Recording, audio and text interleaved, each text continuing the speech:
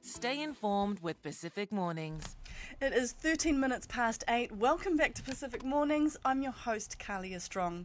Now, in New Zealand's latest labour market figures from Stats NZ, the unemployment rate for Pacific people has reached 12.1%. That's more than double the national employment rate of 5.2%. Over the past 2 months, Pacific unemployment has climbed by 3.8%, signalling a sharp rise in joblessness in our Pacific communities. This morning we're joined by Labour's Lemauga Lydia Sosene to react to the figures. Talofa lava. And also for Carly, and thank you for the opportunity to speak this morning. And we should be really concerned. Yes, let's go to that with the latest employment figures. What are your thoughts on that, particularly for our Pacific peoples? So Labour has, our brief is really clear: jobs, health, homes. And with the release of unemployment stats now climbing to over 12%, Christopher Luxon and the government have no plan for Pacific people's employment. Hence, we have seen thousands, 47,000 people have left the shores of New Zealand, many going to Australia. So the government, what is the plan for Pasifika people? Pasifika families, now I come from Māngere, are really struggling. Cost of living is the highest issue at the moment. And what do you say to the argument that creating jobs for everyone impacts everyone, when you're seeing that impact right in your neighbourhood on the ground in Māngere? Yeah, so words are one thing, actions are another. We've seen the jobs for construction, jobs for roading, jobs in the health industry all disappearing because this government, Prime Minister Luxon and his cabinet, are making decisions that are affecting Kiwis. But as we see from the unemployment stats, Kalia, is Pasifika families are the most at risk in terms of cost of living here and now today. Yeah, I was looking at the Pacific unemployment rates, higher than 12%. That's double the national average. Why do you think that's right? Is? Unfortunately, with things like pay equity, 33 claims have been I've got a bit of a frozen face there. Let's see if we get her back on very shortly. That is full of money to alleviate things like tobacco industry. There we go. Sorry, you just cut out for a second there, Lemauga. You're talking about the pay equity claims that got put on hold? Yeah, so those have been cancelled. And so when you take out many of our community, our teachers, our librarians, in terms of the workforce, construction, building roads.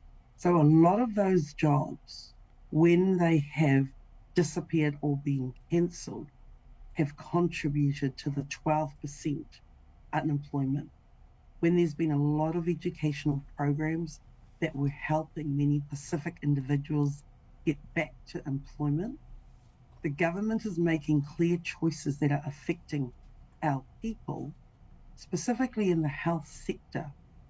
We have a number of individuals going back to school so that they can get jobs in the health sector. Well, there are no jobs, even some of the education spaces. The government is changing the program. So the highlighting of 12% unemployment is evidence that things are worse for Pacific families. Okay, well, what would Labour's solution then be to create jobs for our Pacific youth and close that gap? So we have a clear plan. The priorities for New Zealanders must be jobs, health, and homes. I have seen in Māngere homelessness and rough sleepers increase, specifically this year. This year, my office and myself, we have been talking to the departments on a regular basis because I have never seen the homelessness and the joblessness figures come out so badly, but also the inquiries into my office have it definitely increased for people needing help, specifically Māori and Pacific people needing help for many things across the board. So I take those queries with me to Wellington, research, and continue to ask on behalf of the constituents, what is the plan to move forward? So Labour's plan, the focus must be on Kiwis for jobs, health, and homes. The basic necessities are required for Kiwis. All right. No, just final last question on this topic is there's the underutilisation rate of people that could be working more or at a higher level and aren't able to. And we've got such low productivity rates also here in New Zealand. Do your background is in business administration, do we need to rethink kind of our traditional approaches to jobs, and what ideas do you have on that? So AI, as we know, AI is a huge thing now.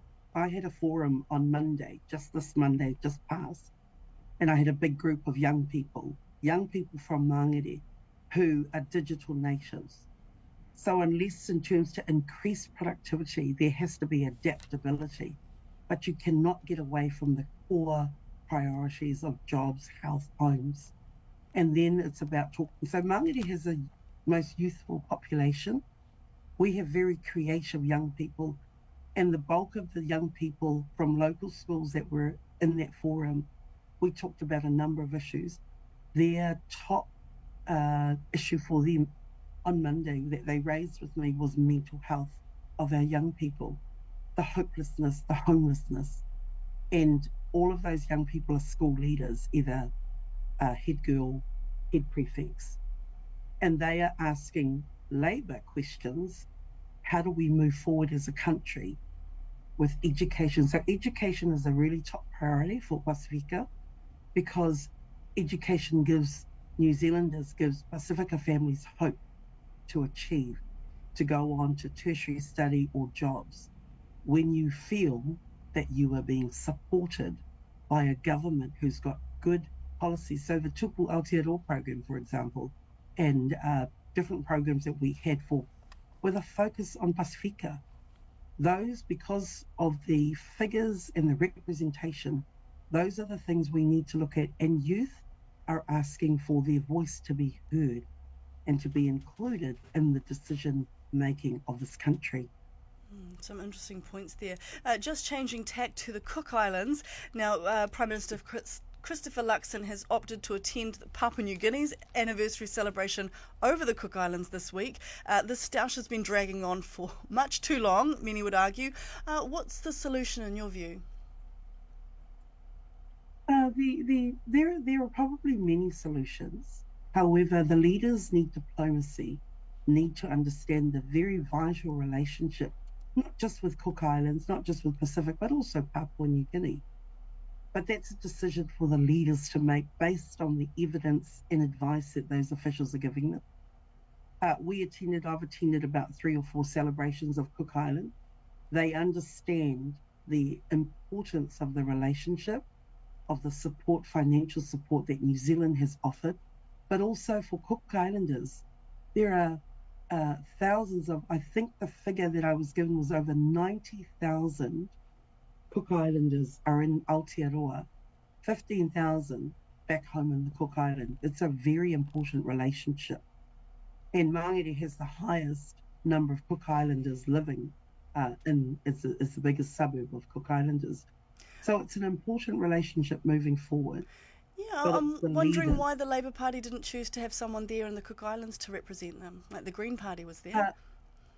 Yeah, and I understand that, but we chosen Tangi Utukere, son of Cook Islands. There has been some discussion, and we wanted to focus on the Cook Islanders living in New Zealand, because there's a number of New Zealanders over there that went to participate. We had a different plan, and so a number of us have been attending all the celebrations of Cook Islanders this week, and we understand the importance of that for our local communities. Okay, no, that makes sense. And it is Cook Islands Language Week, of course. How are you marking the occasion? You say there's a large community there in Māngere, and yeah, what does it mean to you? And so we have celebrations all week, particularly in South Auckland. There was a big celebration on Monday. I attended Lotu and Otara, then we attended with Mama Tupu. And I want to acknowledge the Cook Island mamas. Mama Tupu has been in the forefront in terms of protecting the reo. So we spent time with her on Saturday, we spent time with her celebrating. There's more celebrations in Māngere. And it's about acknowledging our Cook Island community, their vitality, their inspiration. So yeah, it's great to go back home, but we need to remember there's more numbers on this side, Kalia, and it's about celebrating their reo and their culture here in Aotearoa. So many of us chose to stay here. Yes, and just finally, should learning a Pacific language be compulsory in our New Zealand schools? I think if our young people are given the choice, not just in the reo is in terms of Māori, but certainly if you are of Pacific or you've got a blend of Pacific in your system, in your hot blood, and you come from, whether it's kora, whether you're whole, I think the opportunity, because it benefits, we have seen the evidence when a young person learns their reo and English and te reo, the benefit of that, I'm seeing it in my own moko, who's got 4 languages, which is Māori, sign language, English and Samoan, and the benefit that we're seeing there. So that's just a really small example. Students should be encouraged to learn their reo or learn their ethnicity. That's got to be a good thing for Aotearoa. And then we get to celebrate that language. Thank you for your time this morning, Lemauga. Really appreciate it. Thank you, Kalia. Have a great week and hope you get to a Cook Island celebration. Thank you. Which is wonderful. I might Thank just you. do that. That is Labour's MP Lemauga Lydia Sosene.